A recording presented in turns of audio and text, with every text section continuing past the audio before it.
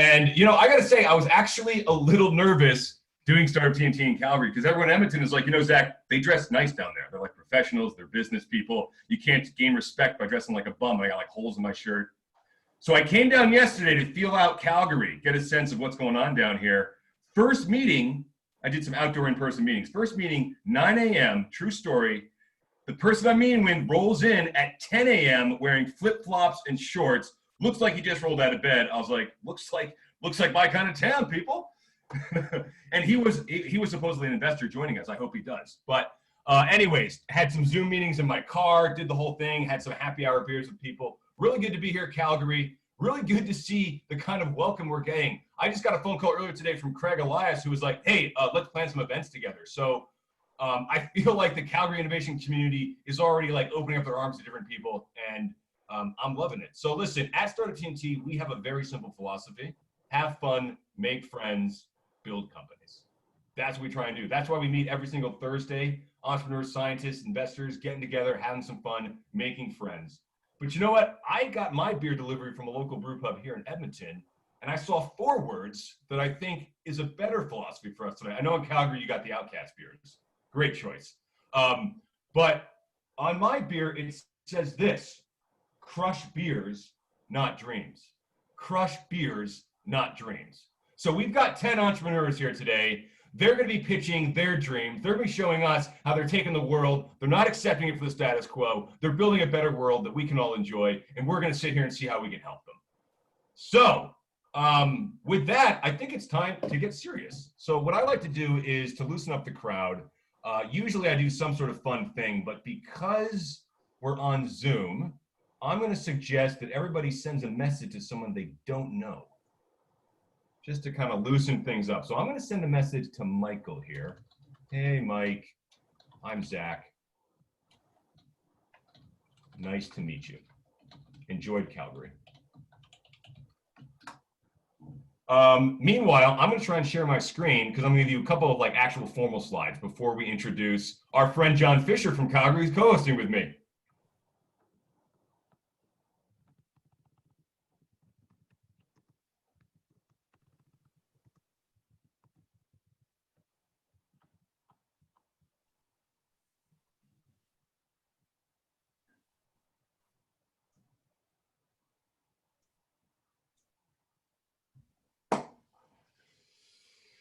Okay, everybody, here's what's on the agenda for the Investment Summit. We've got investors working together as a team to select one local company for investment. It'll be happening live at the Startup TNT Investment Summit November 19th. We're doing it simultaneously with Calgary and Edmonton. So how this works is each investor pre-commits $5,000 to invest. They'll put that into a holding company. They all work together to then select one company for investment live at the summit. Each investor gets 1 vote. They work together over a few weeks here with the companies. We're getting 30 investors together. I think now we're up to about 25. So we actually have space for 5 more. If there's any investors that want to join us, want to dip their toes in the water here, you still got a couple more days to get in on it. It's going to be a lot of fun. We've got great companies here. We're going to hear from them in just a minute. But just so you guys all know how this works, we received 40 applicants. We selected 20 for follow-up due diligence. That's happening right now, sort of in parallel to these pitch nights. On October 22nd, we'll be picking 5 finalists for sort of a deep dive due diligence where we'll have like a proper due diligence package. We'll have deal terms in place, and then we'll select one to invest in at the summit. But as I always tell everybody, if there's only one investable company coming out of Calgary right now, that's a problem for all of us. I'm sure there's a lot more. So I hope more than one company is going to be raising money at this summit. It's not a business plan competition. It's an investment summit. So how things work for tonight: each entrepreneur gets 3 minutes to pitch. There'll be 3 minutes of questions, which we'll be taking questions from the investors. However, if the investors are quiet and the audience is asking questions, we'll take questions from the audience. But we'll take questions from the investors first. We only have 6 minutes total per company. And we're doing simultaneous pitches. So if you guys want to check out what's going on in Edmonton right now, it's happening live at the same time as us. All right, and then we're going to all meet up on Discord for the after party. Hope many of you can join us. And if you got your free beer, please enjoy it. If not, enjoy your drink of choice. Do just want to give a quick shout out to lots of great people that are helping us. I put in that slide deck that it takes a lot of great friends to build a company. And we at Startup TNT have a lot of great friends helping us out. So I'm part of the Edmonton Regional Innovation Network, and they're giving us some funding now. That's amazing. John Fisher, who I'm about to introduce from CBRE, is co-hosting with us tonight. He'll be introducing all the companies. InnvTek is a VC out of Montreal that invested with us last time, and now they came back to sponsor. And of course, Valhalla Angels, who I've been a member of for about 5 or 6 years now. Randy's here with us. They're leading not just the investor education and the entrepreneur education, they're jumping hands-on with us as investors themselves. Many of their members are in, Randy's in, we got a lot of their leadership team helping us out. So really, they're our local angel hosts for this. Really happy to be part of that group. I've been part of it for many years now, so happy to have my organization formally partnering with them. And you know what? We also got our friends from Platform Calgary and Startup Calgary helping us out in a big way. So I don't want to spend too much time on all of this. I want to start building companies together. So I'm going to stop sharing, and I'm going to introduce John Fisher. Say hello from CBRE. Hey, everybody, and thanks for that warm-up, Zach.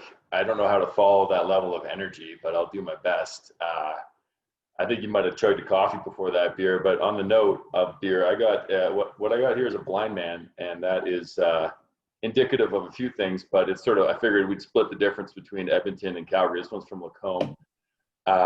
You know, and just happy to be here. CBRE is a big supporter of Startup TNT. This is what this province needs. It needs some energy and some excitement and some fun around the startup community. We're just super happy to be here.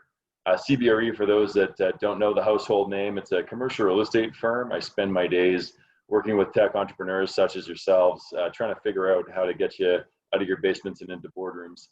A little bit of a challenge right now. It's kind of frustrating. So most of our phone lines have been ringing with people trying to figure out how do they work in this weird environment that is COVID. But enough about us. Tonight's all about the entrepreneurs. I'm extremely excited to walk through the 10.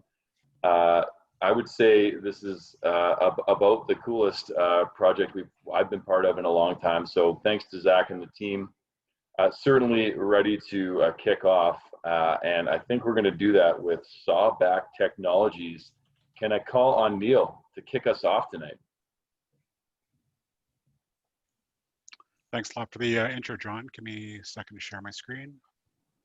Yeah, no worries. Welcome, Neil. And thanks for that, John. We had a problem with the chat, but it looks like we're all good now. So I'm going to get your timer ready, Neil. And when you're ready to go, I'll start the buzzer.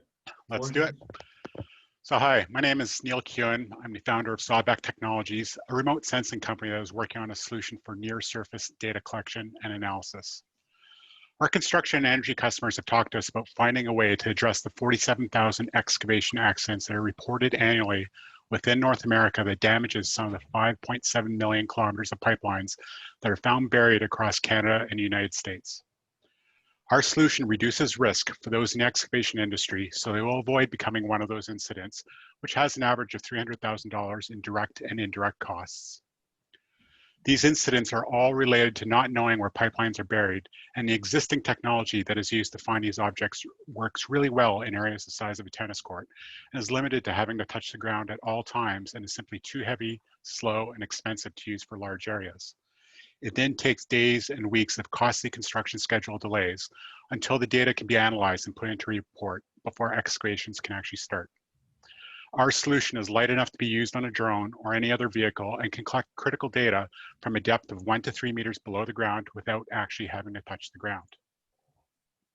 This provides centimeter accurate location and depth information, allowing one of our energy clients to check a 1 kilometer pipeline right away in a matter of days instead of 4 weeks at a cost of $100,000. Another prospective client, who is a tier 1 excavator manufacturer, has expressed interest in using our solution on their excavator equipment to provide a safeguard for equipment operators and to avoid becoming involved in one of those $300,000 pipeline incidents, or even worse, a fatality. We are offering our solution on a recurring subscription basis to our clients so they can use their own equipment and personnel to collect the data, which then gets sent up to the cloud. Then our proprietary machine learning analytics software will generate accurate and reliable reports within hours instead of days and weeks. We are currently fundraising for our pre-seed $550,000 round, and we are looking for investors to provide coaching, contacts, as well as financing to help us get to market within the energy and construction industry. If you can help us, please reach out and connect with me directly, and we can take the next step together. I'd like to now take this opportunity to open up to questions from the audience. Okay, thanks, Neil. You actually came in at 2:20. I'm pretty concise. Rapid fire pitch. Nice work. So we're going to open up for questions. If I don't see a question, I'll start us off. Neil, we had the pleasure of meeting yesterday. I know you're working on some pilots. Do you want to elaborate a little bit on what those pilots are, what the timeline for that looks like, what you're going to accomplish with those? Sure thing. So one of the pilots is actually with a junior energy company located here in Calgary, and the idea is to identify essentially how large a gravel deposit is under a property that they own. With the commercial prototype that we'll have ready in about 6 weeks' time, we'll actually be able to fulfill that pilot and actually start earning some revenue. There's another firm that we're working with within Calgary again as well, and they're in the surveying business, and they're actually super excited to start confirming their baseline data against our baseline data to see if it works, and then if so, they can add it to their toolbox almost immediately. Okay. So, well, the investors are quiet. I guess I'm asking all the questions, Neil. Why don't you go over again for everybody what you need the money for? And once you hit these milestones, who are you going to raise money from after your initial milestones? So right now, from a use case perspective, we need the money to essentially finalize the software algorithms.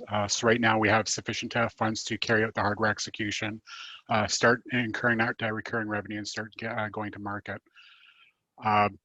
Essentially, the idea is after we begin raising funds, we begin raising funds from investors that are connected within the construction and energy industries, and begin to diversify outward to begin gaining further traction within the customer networks there. Okay. Oh, the investors are blowing up with questions now. Yeah, I just noticed that.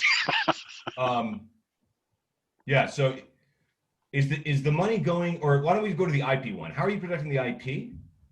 It's actually a really good question. So the IP is is actually twofold. So the IP strategy that we've settled on is the hardware itself can be patented. And right now we actually are starting to fundraise. That's actually part of the use cases is to start filing patents on that. The other flip side of that is the algorithms which provide the real-time analytics, the real-time processing, as well as the final machine learning analytics. We're going to pursue trade secret on that. Okay, and then why don't you talk a little bit about the data? So you've talked about the hardware and the IP. How is the data processed and presented? So that's actually the really innovative aspect to this. So the data itself, after it gets sent up to the cloud, we get the processing done. We can generate the reports in a multitude of ways. Depending on the client, our surveying clients are super excited because they're able to actually take this data and import it into an existing drafting program or CAD program to enable them to do the 3D visualization. Versus some of our other clients, such as the ones that are in the energy customers or energy sector, where they'll be able to actually basically throw this all into databases and have the precise information from coordinates as well as depth of cover recorded. Okay, we only have like 40 seconds or 20 seconds. What's the revenue per customer that you're gonna be looking at? The revenue is actually quite lucrative. So in terms of each device or solution that's sold, essentially $84,000 on an annual basis. Okay, let's cut it there. I'm just at 6 minutes. 6 minutes. Thanks for all the questions, investors. That was a good rapid fire question section. Great start. John, introduce our next speaker for us. Thanks a lot, Zach. Thanks, Neil, as well. I just want to point out we have 82 participants on a Thursday night. It's beautiful weather out, and people are choosing to be here because they care. This is an amazing event. I'm super excited for our next pitch here. Savannah, I've known a little bit for a while here, and all right, Savannah, you're up. Radley's Robots, let's go.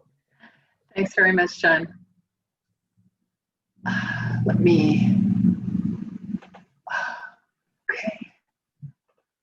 Share, and I'm not quite sure why that's. Hi, you ready? Okay.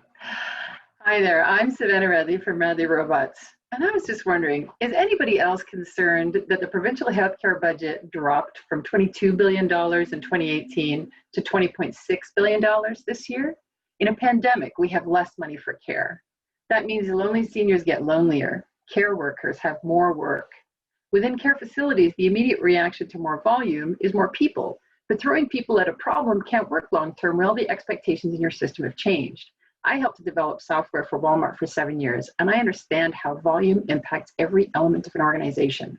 How can we do more with less? The answer is to extend our human capabilities using mobile appliances that start by being driven by our remote operators. Equipped with temperature and motion sensors, we can monitor residents and visitors, manage access to buildings, and provide other services. And as we add autonomy, we can scale the service further. Using a modular, expandable toolkit designed and built in Canada, we're providing a turnkey service at a single daily fee. The global market here is huge, and since the pandemic began, the market for robotics in care has taken off and is now expected to experience an annual growth rate of 76% between now and 2024. Our business model is to provide the appliances service for rent to both facilities and consumers. And we make money by ensuring that each operator can manage at least 3 appliances in a typical day. Since COVID-19, the category of companion robots has come together really quickly. Our appliances are patented Canadian technology that have been engineered for mass production, which is rare in robotics. And our combination of features and operator service will be offered at a much lower cost than the closest competitor, which is a real person. To go to market, we're partnering with larger care home providers and then going direct to consumer. We're putting our first 5 appliances into a pilot here before the end of the year, with a view to scaling outside of Canada by the end of 2021. We've made really good progress on the year or so since we started and are currently formalizing an agreement for that pilot with a provider of independent living facilities here in Alberta. Since our hardware appliance is already available for short-run manufacturing, over the next few months, we'll be concentrating on developing the software application and concentrating on executing on our marketing and sales strategy. I've worked in technology for over 25 years, and my advisors include an epidemiologist, a founder of the Canadian Robotics Network, a successful local entrepreneur, and a senior partner at KPMG. We are looking for $300,000 to be used for our pilot and our first iteration of software, connections to larger facility providers in the United States, and advisors and mentorship. Join us in solving a problem we will all experience. If anyone has any questions, I'd be happy to take them now.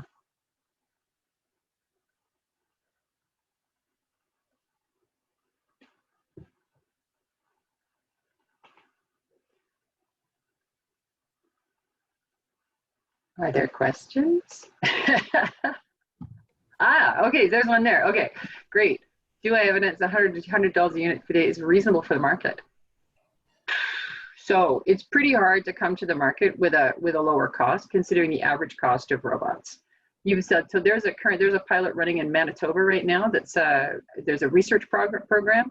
I know the products they're using, and they're probably averaging around $15,000 to $17,000 per unit.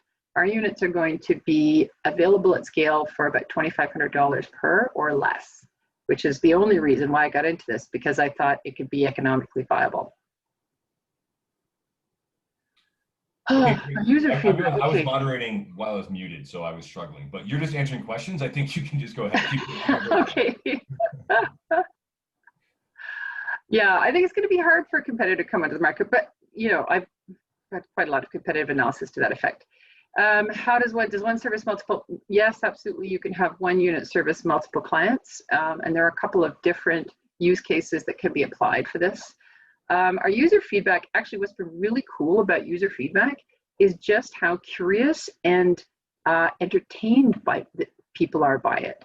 Even when I took it to the facility provider that I mentioned and was driving around at their office, and I think it really started to get everyone thinking about, wait a minute, what could I do with this? All of a sudden it's a real thing in front of them. So that was really cool. And our top skill set needs from advisors, actually to start off with, because some of the capabilities that we need are really as simple as helping, let people into facilities. So, can you read a temperature off a contactless thermometer and then ask the COVID-19 questions and write in someone's name? You can do it. And as a matter of fact, we're partnering with Virtual Gurus for the manpower for that, for the pilot, at least to start.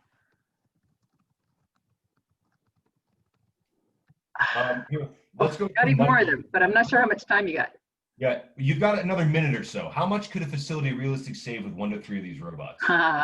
Good question. So I'm actually part of the I for Innovation Launchpad competition. I'm a finalist for that, for the AHS.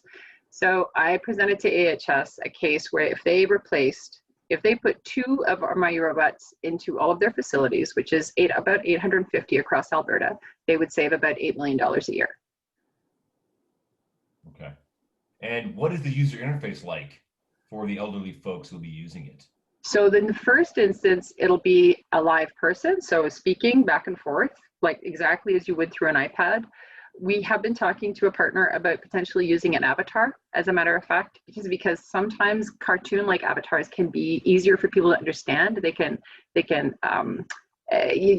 you can see the lips move, which oddly enough is going to be a real plus, because right now they're discovering that when people are masked in facilities, it's really helping them understand how many people have lost hearing, and B, understanding how many people just don't understand when you're saying things. So it's, I think when people are going to be able to see a face, it'll be good. Okay, Savannah, we're going to have to stop here. Great pitch. Glad to see all these questions. I think we should make space for the next speaker, John. Thanks so much, guys. Thanks so much. Very cool to see product manufactured in Canada. Love it. To switch up, we're going to PwrSwitch. Carrie, take it away. Thank you. Let me just get organized here.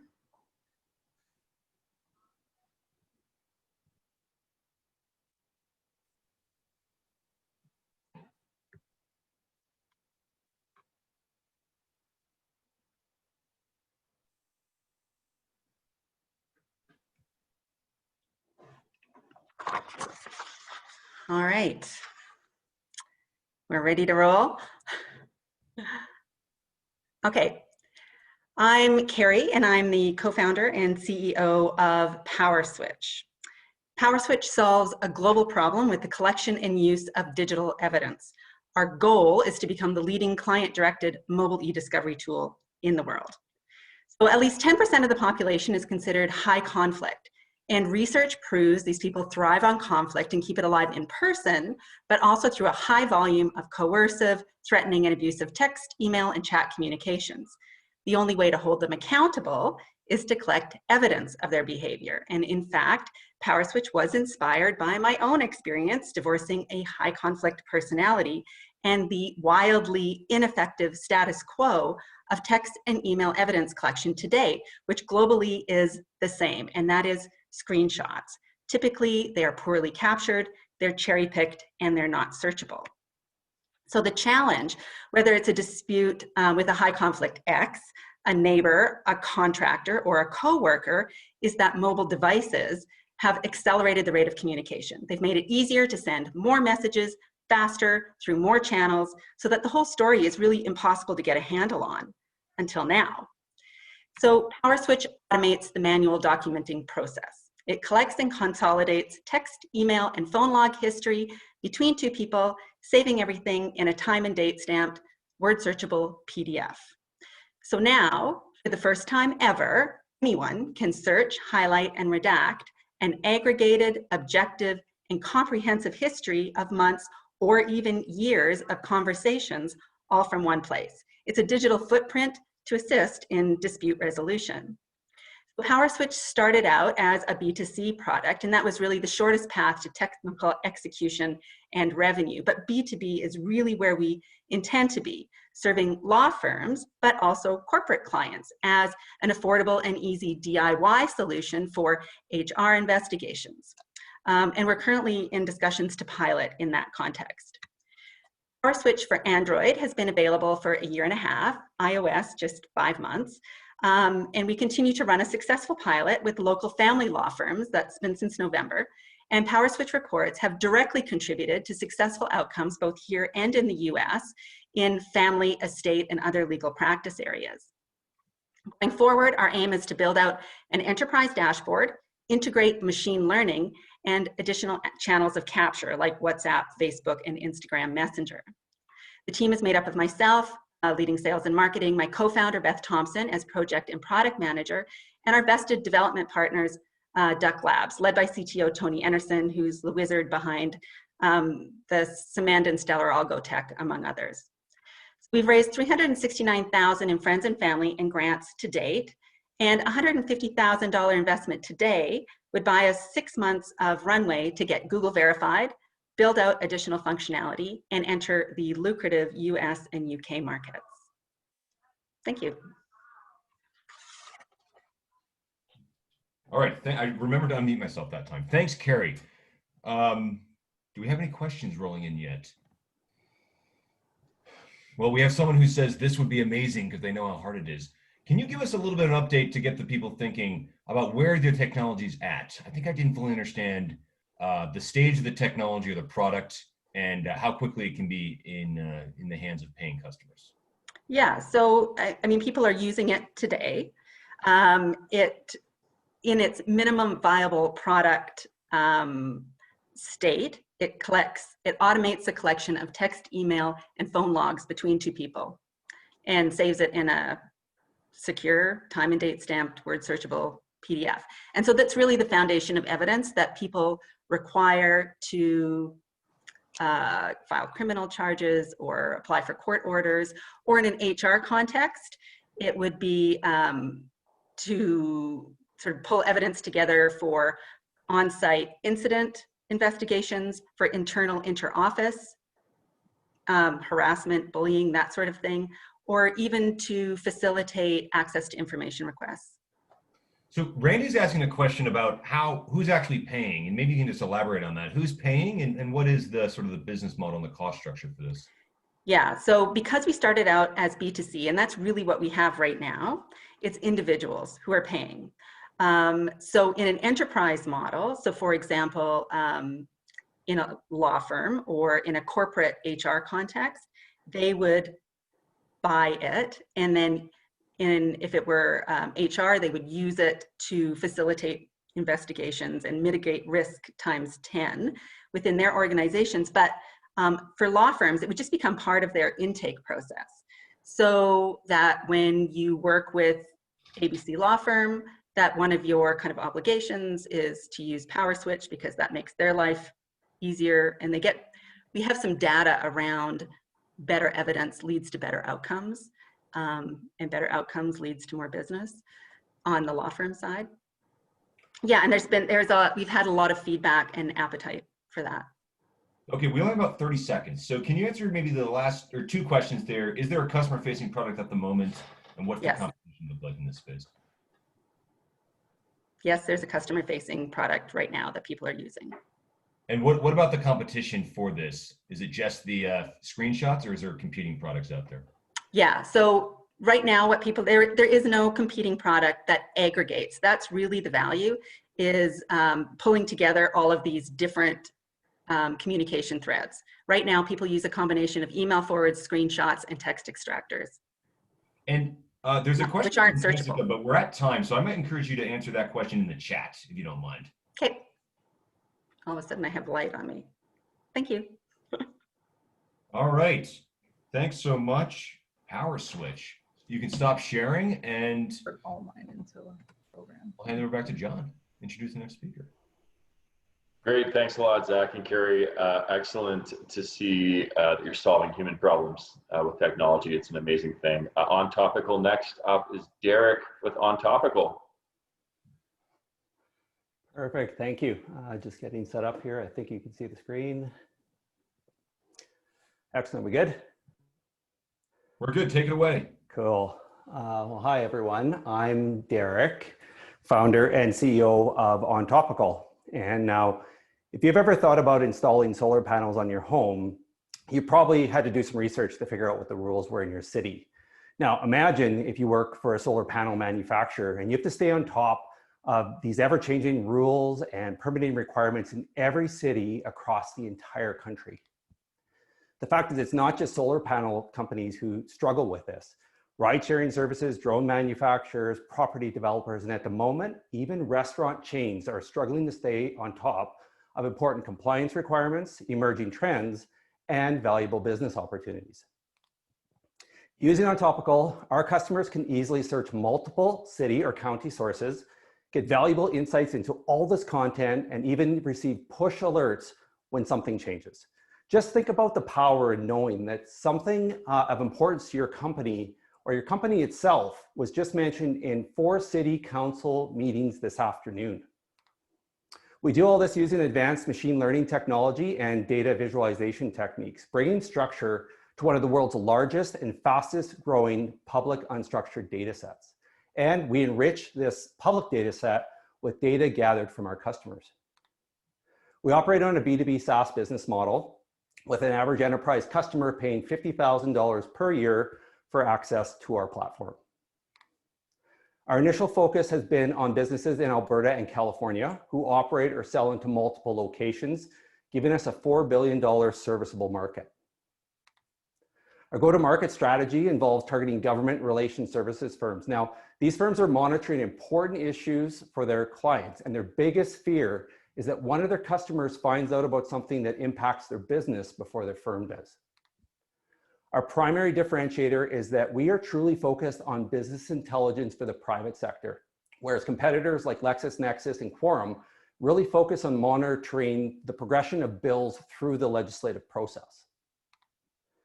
We currently have 36 public sector enterprise customers generating some early revenue and providing us with valuable data. However, the bigger and immediate opportunity is really in the private sector, where we now have 15 pilot projects in our funnel, and at scale, these customers alone will generate over $500,000 in annual revenue. So we're a team of 10 with an experienced leadership team already in place, led by a CEO with a previous successful exit. As only the 3rd Canadian startup to ever be admitted into and graduate from the Berkeley Skydeck Accelerator, we just opened a $2 million seed round to deploy Ontopical in the Alberta and California markets. For early non-lead investors in this round, we're currently offering a safe agreement with a very attractive discount and cap. Thank you. Happy to take any questions. Okay, Derek, couple questions rolling in. One about the data, helping people understand how this product works. How are you collecting the data? Is there some kind of semantic analysis rather than just random database of text documents? Yeah, good question. We always get asked about our data. So our data is completely unstructured data. We've spent a lot of time building very elaborate web spiders and scrapers to grab all this content. Generally, the data is coming in the form of documents. Historically, we've been doing a lot of documents, PDF files in particular. Recently, we've started moving towards video and video transcription, because with COVID, council and committee meetings look very different than they did before March. And what we're finding is a lot of times meeting minutes are actually being either broadcast live or posted as video on YouTube afterwards. So that's where we're getting most of our data from. Okay, and Randy's asking, why did you select California as a starting point, and why are you using, or do you want to elaborate on the deal structure and the term of the safe note? So why don't you start with the first question? Why California? Yeah, so California, I mentioned we just went through UC Berkeley. So in the last 6 months, we've been in a UC Berkeley program. We're very plugged into the Bay Area. California is a massive market. It's bigger than the Canadian market. And ultimately, we have connections there. One of the things we really like about California is when we dug into our customer discovery and started talking to government relations services firms, there's a huge multiplier being paid for government relations services in the US compared to the Canadian market. So we wanted to stay operating and serving the Alberta market, which is our home, but wanted to go after the much bigger and much more lucrative market in California. Okay. And just to remind people, the safe note did have a discount. Was it uncapped or was it capped with a discount? It's capped. Okay. Yep. Okay, time for like maybe one more question here. Can you talk about your traction? Are these existing or potential customers? Mike uses asking, great question. Tell us a little bit more about those customers. Yeah, so as we move from sort of serving the private sector, we do have 36 paying customers in the public sector that are generating some early revenue. In the private sector, we've just rebuilt a new version of the product. A beta was just released last week. We're just bringing our first pilot customer on this week. We have a total of 15 pilots. One of them is a bit of an outlier, so we may not do anything with them, but 14 of them are very consistent. And we anticipate bringing on one pilot every 2 weeks now for the rest of the year. How long does it take you to land a customer on average? Last question. Yeah, when we're doing public sector, when we look at public sector, we're hitting about 3 months. With the private sector, because we're just bringing on pilots now, it took us 4 weeks, about 4 weeks of customer discovery, which wasn't even targeted marketing or anything, to bring on 15 pilots. So we're actually starting to feel a significant amount of pull, and we've actually stopped outreach right now because we want to service these 15 pilots that we have. Derek, we're out of time. I'm going to stop us there, but thanks so much. Excellent. Yeah. Randy said, congrats, you've come a long way. So the community. Appreciate that. Yeah. With that, I'll hand it back to John. Let's get ready for the next speaker. You bet. Thanks so much, Derek. Very cool technology and very necessary and on topic. All had to make the joke, but very cool. Next up is InnvTek, and we have Brandy here to show us her wares. Hello, everyone. I will go ahead and share my screen.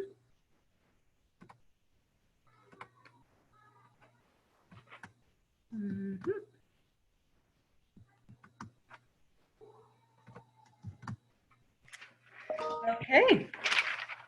So I'm Brandy. I'm the CEO and founder of InnvTek Incorporated. InnvTek was actually formed in 2019 to commercialize a new method for forming polymer nanoparticle composite porous membranes.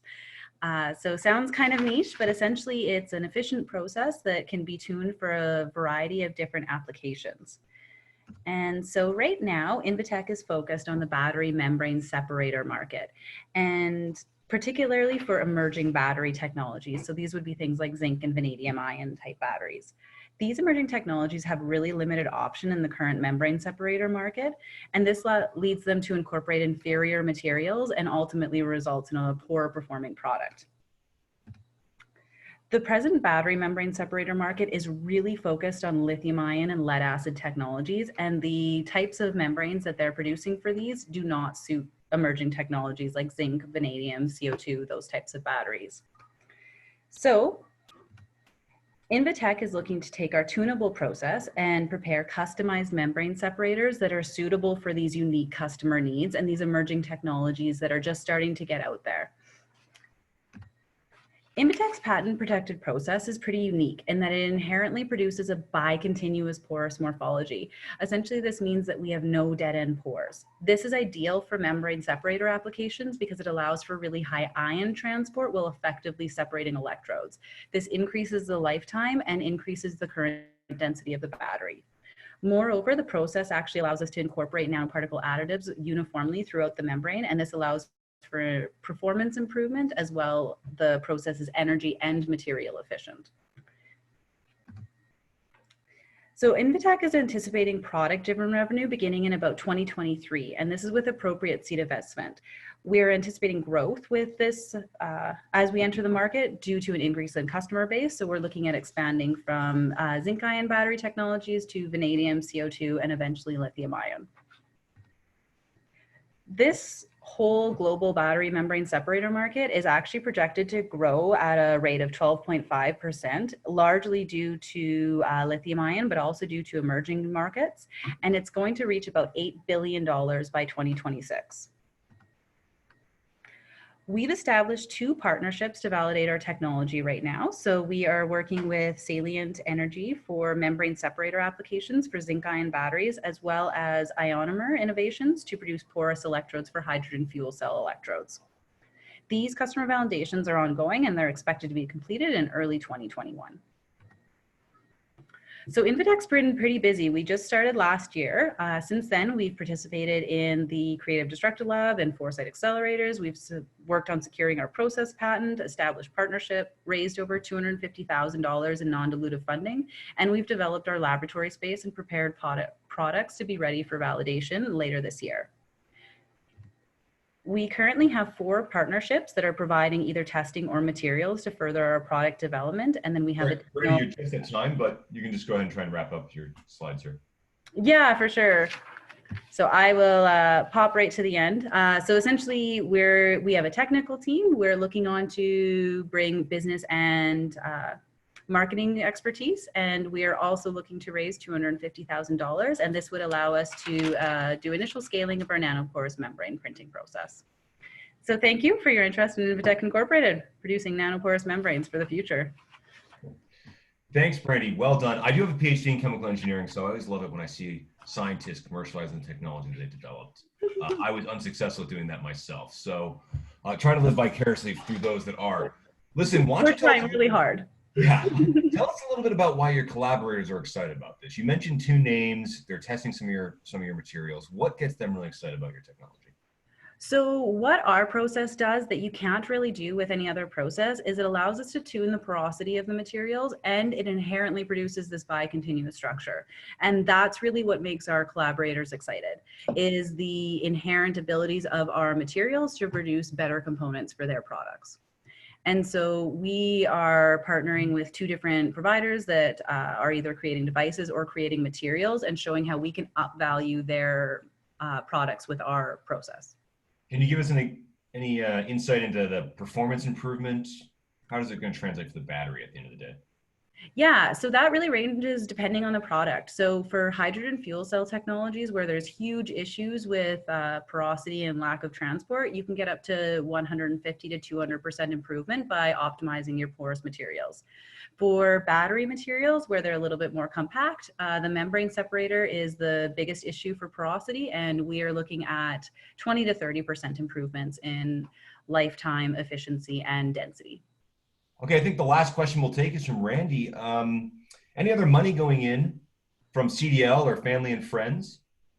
So we are currently in discussions. We are looking to bring in money as early as now, but we are waiting for our final MVP validation to bring in larger sums of money. So right now we're looking at proceeding on a safe note, and later on we're going to be looking at bringing in larger funds of money on a different type of term sheet.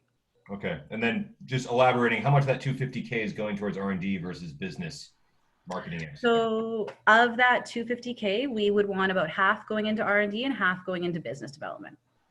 Okay, let's call it there, Brandy. Thanks so much. Great pitch. And we're just at 6 minutes here. Thank you. Great, folks. I just want to point back out. We are at the halfway point of our 10 pitchers. It's amazing. I feel like we could go all night. I just wish more than, I mean, there's 87 people here. I wish everybody was paying attention to how smart, innovative, and entrepreneurial Calgarians are. These organizations are leading the future. This is how we're going to build this city and the economy back. I'm so happy to be here.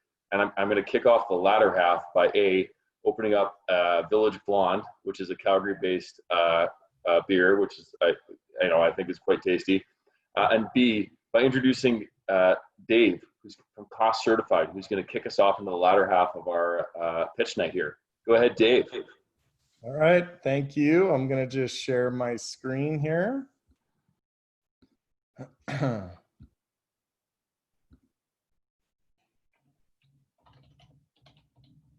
All right, so I'm Dave. I'm one of the co-founders of CostCertified. So what is CostCertified? We are reinventing the way construction quotes are built, sent, and interacted with. So we like to tell people that building and renovating should be as easy as buying on Amazon. Now the problem is that consumers, so homeowners, they want 3 things. They want convenience, they want clarity, and they want control and visibility over their money. The current tools that contractors have don't allow them to give any of these things to the consumers. Estimates are typically static, they're vague, they have to use allowance pricing, so the consumers aren't getting what they want. Now, CostCertified is really the bridge that is connecting the gap between the contractor and the consumer. So what happens is the contractor is now able to send out these beautiful, interactive, dynamic estimates that the consumer can interact with in real time. They're able to upgrade, they're able to downgrade, so they're able to make their selections right within the quote. So what kind of floors, what kind of cabinets, what kind of countertops, and they're able to see the price all change. So think e-commerce construction quotes. So it took us, we were in beta for 24 months. And it took us that long to get about 13 million in project deal flow through the platform. We had over 400 projects. 1,900 users. That includes general contractors and the consumers who are receiving the quote. And then in January 2020, with no real marketing budget, we launched it outside of Calgary, and we quickly, in 6 months, we got to 25 million in deal flow through the platform, over 600 projects, over 4,000 users. And I like to tell people that we have $1 billion vision. That's why we're doing it, my partner and I, and we have a simple roadmap to get to $1 billion valuation. All we need, based on our current metrics, is 2 sales every month from 30 salespeople across 30 different cities in 3 years. And based on an assumption of a 20 times multiple, we should be at $1 billion company. So our revenue model is a little bit different from our competition. We aren't charging hefty monthly license fees. We charge a lifetime access fee. It's a one-time lifetime access fee. That's what we're currently doing, where we're getting our revenue. That's about $1,000 Canadian. And then we're launching a payment module where there'll be payment fulfillment, like an escrow style system. We'll be charging a 0.7% transaction fee on that. And then we can also do a consumer facing widget where they can build their own quote, and we can sell those jobs to contractors for 5%. So currently we are getting 80 to 100 leads every month just from a YouTube video. So we're definitely growing. We have a lot of traction, and we're looking for $500,000 to scale over the next 12 months. Okay, well done. Just under 3 minutes. I'll give a second for the questions to roll in. What technology? Well, let me go to Neil. What's the contractor vetting process like, or does consumer confidence rely on escrow to resolve disputes? So the contract vetting process, that's a good question. So CostCertified really forces contractors to think about their costs, because a lot of contractors don't even know their costs. It's a crazy industry. And when we do launch the payment escrow system, it's really going to protect the consumer, because the money isn't released to the subcontractors until the work's done and until the GC approves it and the consumer approves it.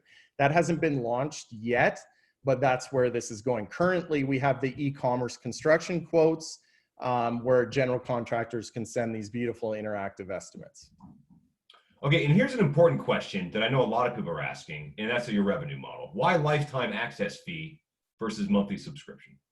Yeah, so we want to do it different.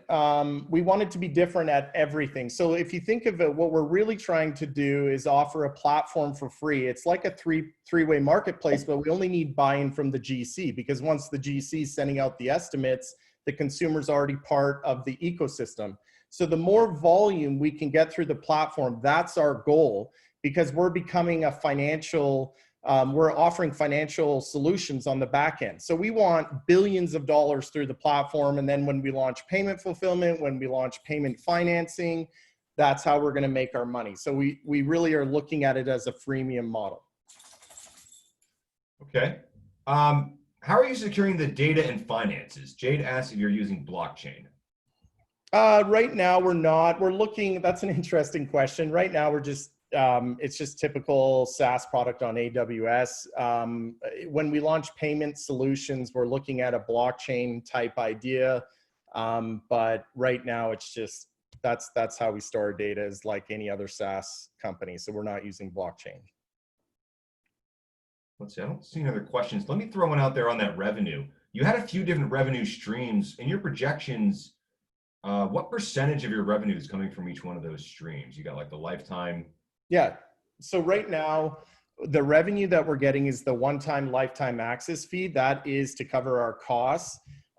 So in the next 6 months, we're going to be launching the payment module, and then that's where we're making 0.7%. And then we're also going to be launching the front-facing consumer widget where they can build their own quote, and we can actually sell jobs to contractors, not just leads, but jobs. And we can make like 5% on every job. Okay, you know what? We're just at 6 minutes now, so why don't we end it here? Great presentation, great traction to see for your marketplace. Always hard to build those, so good accomplishments for CostCertified. Thanks. Thanks a lot, Dave. I see your text there is pool party, rodeo, stay forever, game over. That's pretty much the trajectory I typically follow during Stampede Week in Calgary. Nonetheless, I'm super happy to introduce our next group, NXTDROP. Yusuf, take it away. Yeah, Dave, you can stop sharing and Yusuf can start sharing.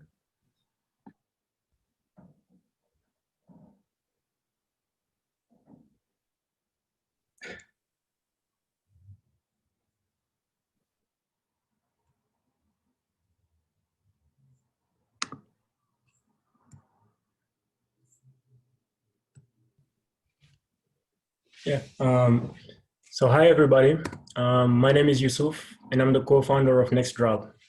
So 6 years ago, my brother and I wanted to buy this pair of Nike Air Yeezy 2, which is a collaboration between Nike and the rapper Kanye West. The pair retailed at $330. Unfortunately, we were not able to get it because it sold out in less than 3 minutes, and the resale prices were too high for us.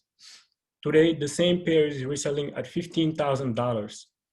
However, there's a problem. The number of counterfeited shoes on the market for this pair is even higher than the number of pairs that Nike released initially. That's because counterfeits are a $1 trillion industry, with sneakers being the most counterfeited goods. Canadian sneakerheads today only have 3 options when buying sneakers. Buy from US websites and pay the duty fees. Buy from Canadian consignment shops, which charge around $200 more than the actual resale price, or buy from Kijiji and social media and hope to not get scammed. And that's why we created NXTDROP, a sneaker marketplace that authenticates every single pair. When you buy from us, we guarantee that the pair is authentic. There is no extra fees like duties or import fees, because our sellers are located in Canada, and you save time because you don't have to meet with the sellers to proceed with the transaction. The sneaker resale market in Canada today is $500 million market and projected to become $1 billion by 2025. And in North America alone is a $2 billion market and projected to be $6 billion by 2025. We launched NXTDROP a year ago, and since then we have sold more than $300,000 worth of sneakers and are still growing. As of now, we are a team of 2. My background is in business administration and finance, and my brother's background is computer science and software engineering. We both know how to authenticate sneakers, and also we sold sneakers during our college years and made more than $15,000 in profit. We are looking to raise $265,000 as a seed round and find strategic advisors that can help us grow. We have identified these 4 reasons as to why now is the perfect time to be interested in the sneaker market. Right now, the sneaker resale market is rapidly growing, and Canada is also still an untapped market. The current alternatives right now that we have on the market don't necessarily address the Canadian sneakerheads' needs. And also, the first movers in the market tend to have the biggest market share as well. Thank you.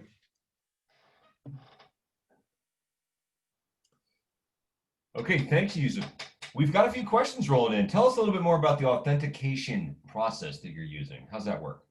Yeah, so right now, how we authenticate is that when we receive the shoes, we look for the defects of the shoes, like the box, the labels, and there are just some things that when you're used to selling sneakers and used to having sneaker pairs, you know how to authenticate. It's like kind of hard to explain how you do that, but yeah, it's just domain expertise. Okay, is there maybe a follow-up? Is there a way to automate that? It sounds labor intensive. You're individually authenticating it yourself. Yeah, we're doing that ourselves right now. So we have identified ways of doing it. There is a company in the US, Entropy, which is starting right now to provide an AI solution for authenticating sneakers. And also, we can also do it by image. Like you post the picture, and once we see the picture, we can see if the pair is authentic or not. And so a good follow-up from Mike is, are there any products like this on the market in other jurisdictions, if not in Canada? Okay, so in the US, there are 2 big companies, StockX and GOAT. And outside of the US, in China, there is 1 company too. And those are basically the three players on the market. Okay. And so what's your revenue model, Neil asks? Are you charging a fee per transaction or a percentage, or is there a subscription? Yes, so we're charging 9.5% per transactions. It's kind of like an escrow model. Okay. And there's no subscription fees? The platform's free to use? You just take a transaction? Yeah. Under the transaction? Yeah. Could it be used for other Sure. items? Yeah, sure. So there are other segments like the streetwear market, which is similar to the sneaker market because there are a high number of counterfeits too. Also, the watches, the handbags for women. Yeah, there are definitely other markets that other segments that we can use. Okay, and you know, one thing I like about startups is that they always teach me things I had no idea, like this market even existed. And people was like, what is this market? Sammy just pointed out that one of the companies you referenced just raised $100 million to do something like this. So people are interested in this space. How long does your process take from when you get the sneaker, or process lasts from when you get the sneaker and send it out? So the process takes on average 14 days since the purchase was made till the buyer received the shoes. So once they buy, they send us the shoes, and that takes approximately 5 days. Then the authentication process is quite fast. Then we ship it to the buyer. Okay, and last question, how much revenue have you actually done so far? That's $30,000. $30,000. Okay, let's end it there. We're at 6 minutes. Thank you, Yusuf. Thank you. Awesome. I hope that one day I'll be able to do a pitch wearing a hat. I just think you made it, man. That's such a cool thing. And there's so much counterfeit. I remember I did a business case in my MBA about counterfeit and how it's destroying the market. So neat to see it. Excited for that. I'm not cool enough to own a $12,000 pair of sneakers yet, but one day maybe I will. On to our next, Arolytics. Liz, are you there? And can you knock our socks off? Absolutely, I'll give it my best shot. Awesome. Alrighty, can you see that? Yes, we can. Take it away. Perfect.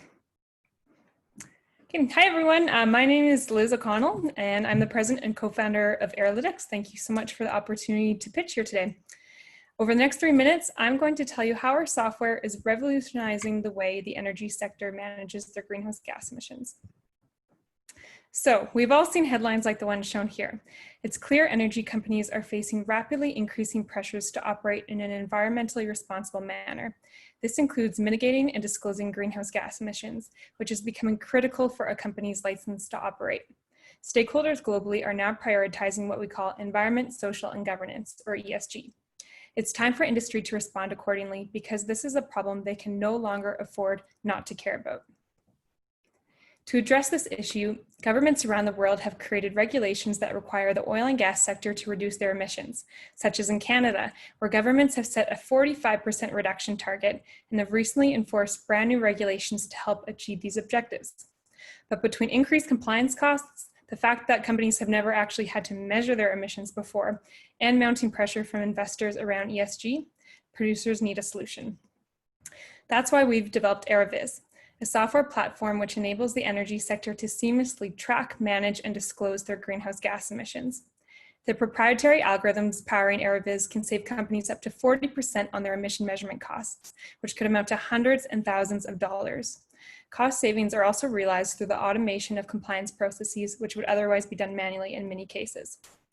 Our solutions are unique in that they have the ability to integrate data inputs from any measurement sensor, source, or region, making emissions management from one central platform effective on a global scale.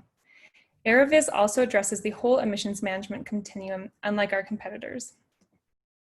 With over 9,000 unique producers in North America alone, there's a global market opportunity for AeroViz and a multi-billion-dollar TAM.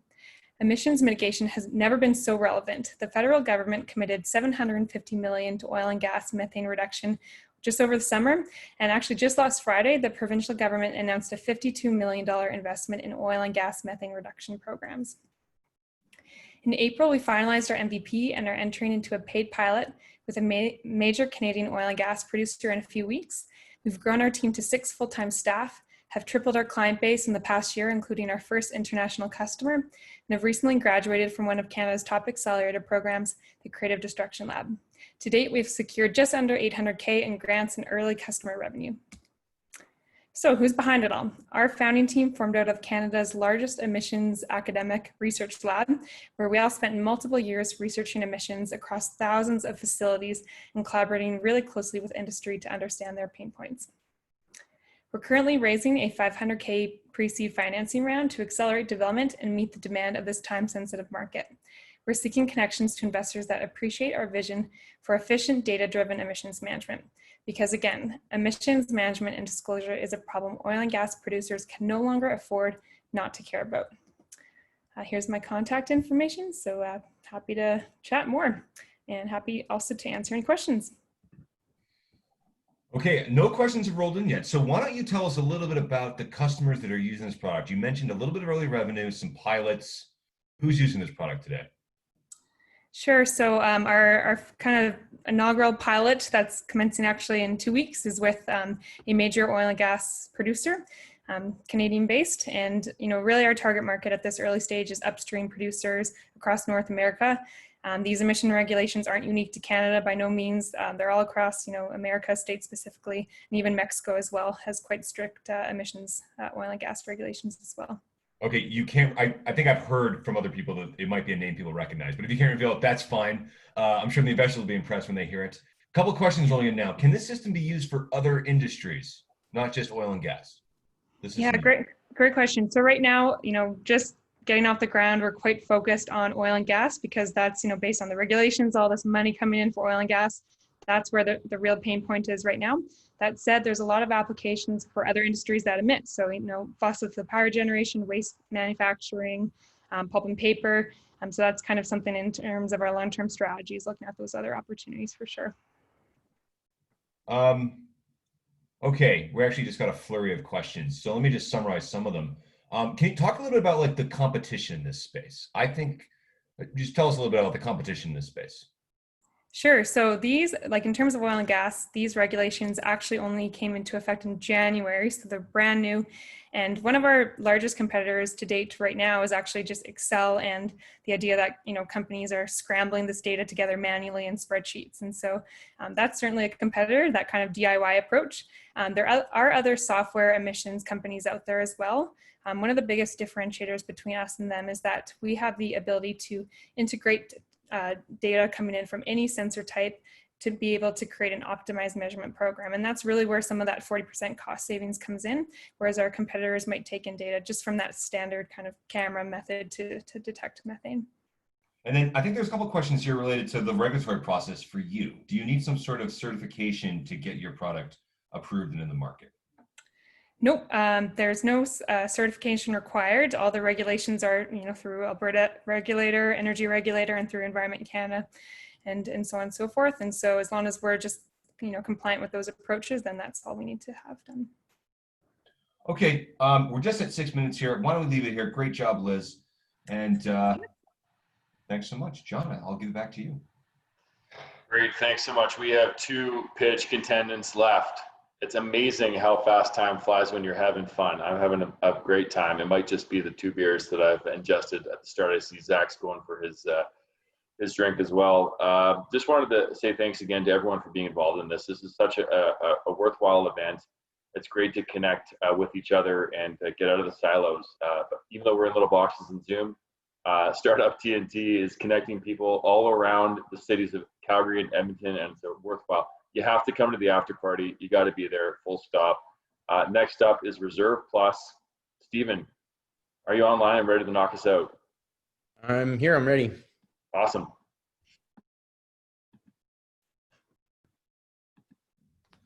All right, Reserve Plus, Reserve Fund Management Solutions.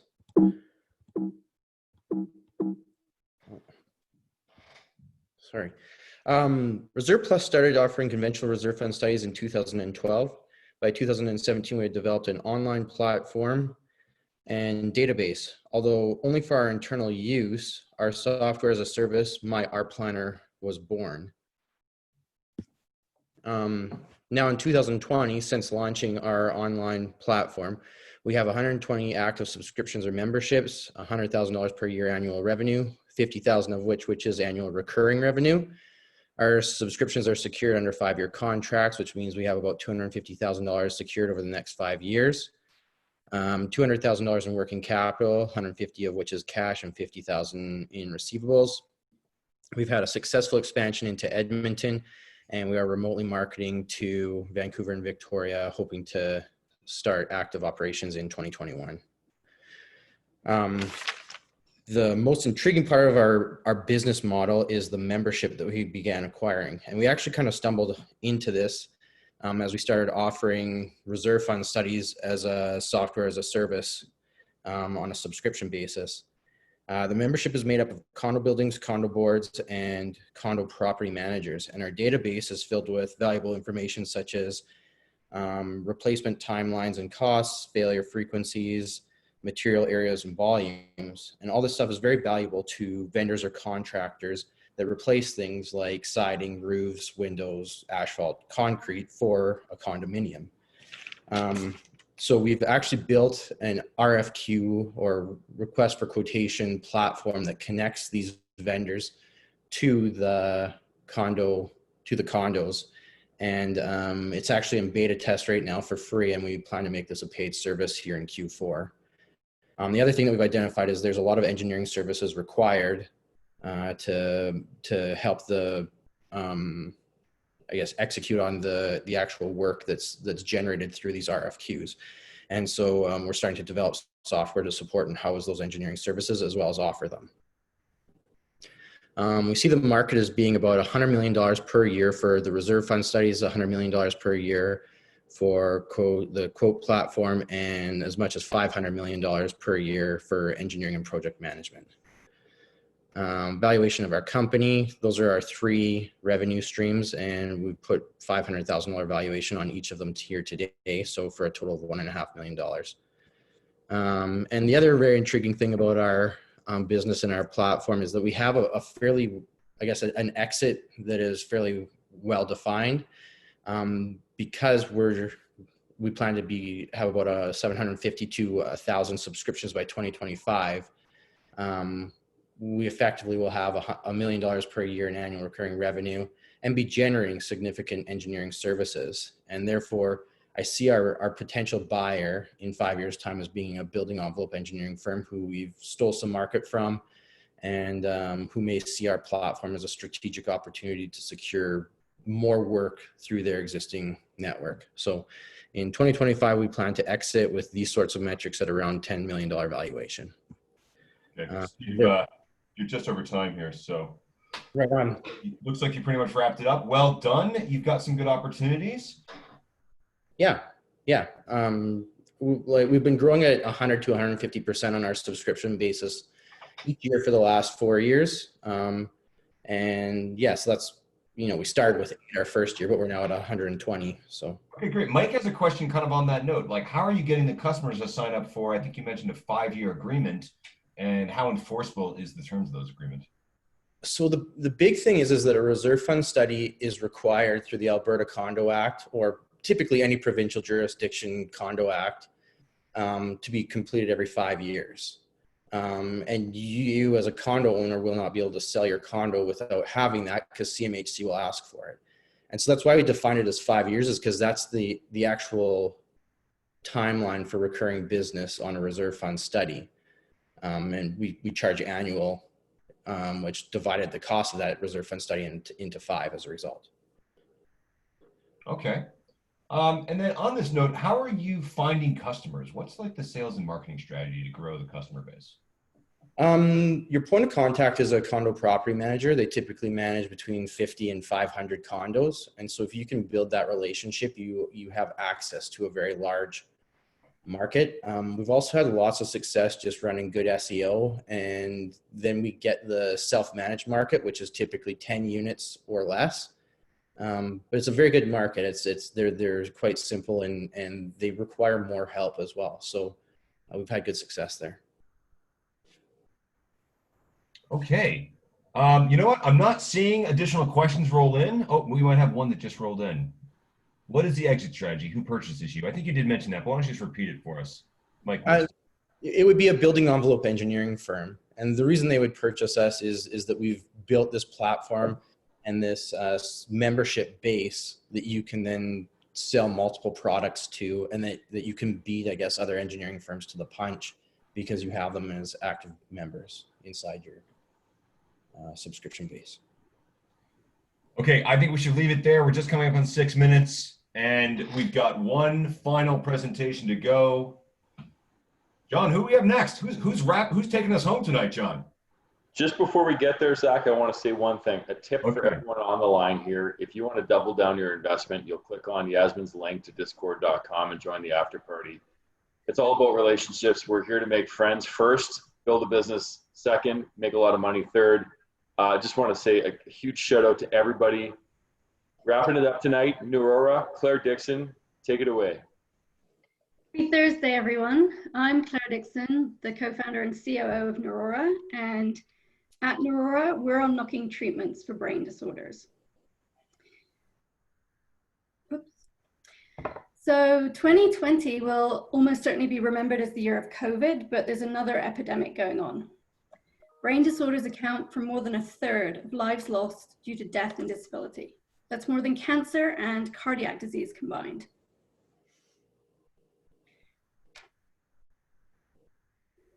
Medications exhausted, surgeries largely underutilized, and neuromodulation holds great promise, but is largely a nascent treatment option for a lot of different conditions. Fundamental problem is we don't really understand how our brains work. So Neuraura will unlock these treatments. We'll understand the electrical workings of the human brain in a way that just hasn't been possible before. Leveraging a unique electrophysiological data set, which we'll capture from epilepsy surgery patients in our beachhead clinical application. And using our unique and proprietary sensing technology, where each electrode records from just 5 neurons. So neuromodulation is the most exciting and fastest growing field in medtech today. Imagine in the future, brain implants will be as common as cardiac pacemakers or cochlear implants. Our team, so we have a strong technical core team with expertise ranging from neuroengineering, microfabrication, medtech product development, visualization, and business development.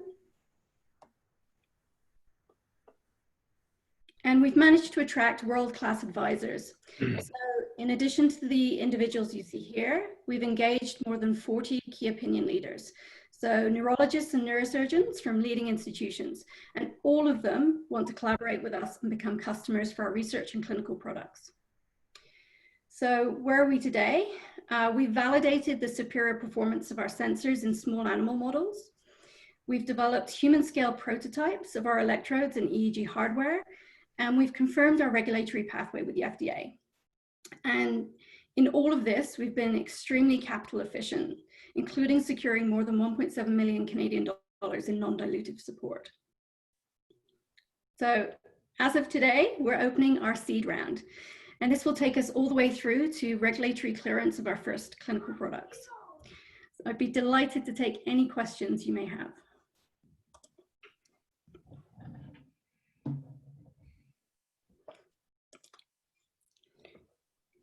Okay, thanks so much. Everyone just needs a second to digest that pitch. You came in a little under 3 minutes. Really good job. Why don't you tell us a little bit more about what the future holds? You just mentioned that you're reaching a few new milestones. Why don't you elaborate a little bit on what you're going to be doing over the next 12 months?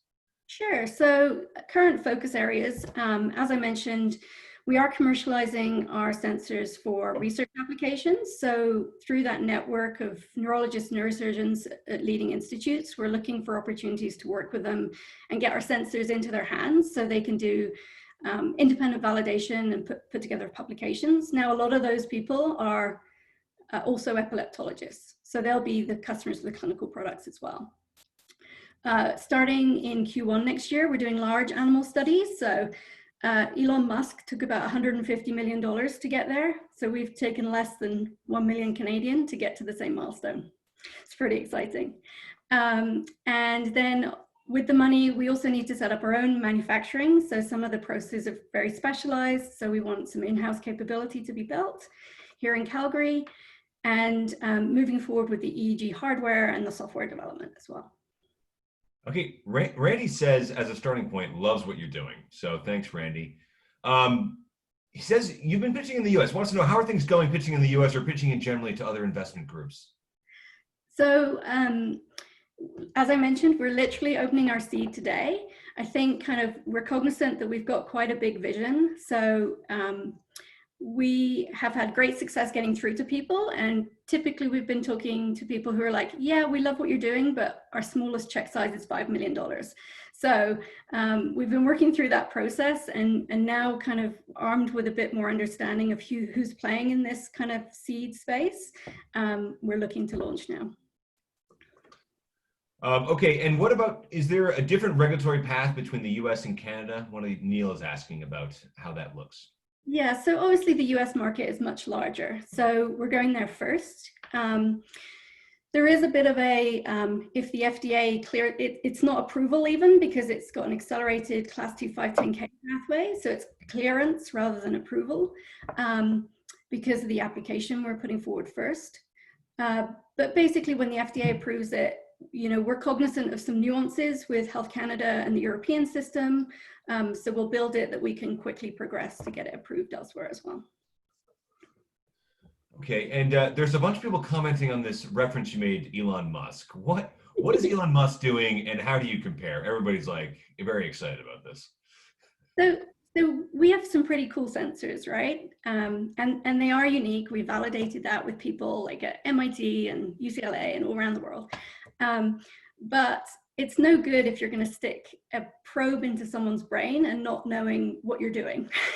So having precise sensors is good, but like our strategy of going into epilepsy, who are kind of the guinea pigs for brain-machine interface, brain-computer interface, and actually getting really good data from hundreds, if not thousands of patients' brains, that will enable us to actually make those devices safe for long-term use and more effective for a broader range of applications. Because epilepsy patients, they're underserved. There hasn't been a lot of innovation in that space. So a lot of the doctors we talk to are really crying out for that. But also that gives us access, right? Like we're an invasive product, so you don't just kind of get someone to put a probe in their brain for fun, So Elon is, it's really cool engineering, what he's done, particularly the insertion method. But for example, his stated goal of cognitive enhancement, you actually need to tap into the deeper structures of the brain. So what he has right now only penetrates a tiny little probe, a tiny little amount. It's not going to get that cognitive enhancement effect that he's kind of says he's going after. Right. Well, I'd love to see you take down Elon Musk and just put him out to dry. So I think we have to stop here. We're just over 6 minutes. We're almost 7:30. I see Glenn Gordon is tuning in with like a team of friends over there. They look like they got the right spirit. I think that we need to take that spirit. John, any parting words for all of us before we leave today? Just want to say thanks to Zach for organizing this. Startup TNT is building a community around our entrepreneurs in the city, and that's a fabulous thing. I want to say thanks to the 10 folks that had the courageousness to put their whole world on the line for us. And just wanted to say thanks to everyone for tuning into this thing. It is amazing to see the support in this city, and remind everybody, double down your investment, get to Discord. We're doing it again next week. This is amazing. Thank you so much. I'm happy to be involved and so thankful for everything I've seen tonight. Yeah, thanks, John. It's been great. I only met John last week for the first time, and I feel like we're already best friends. So that's why I like to do this stuff. Man. And we got 10 more great entrepreneurs next week. Please join us on Discord. I'll certainly be there for a while. Talk to these guys some more. So big round of applause. And thanks so much to Yasmin, who's been working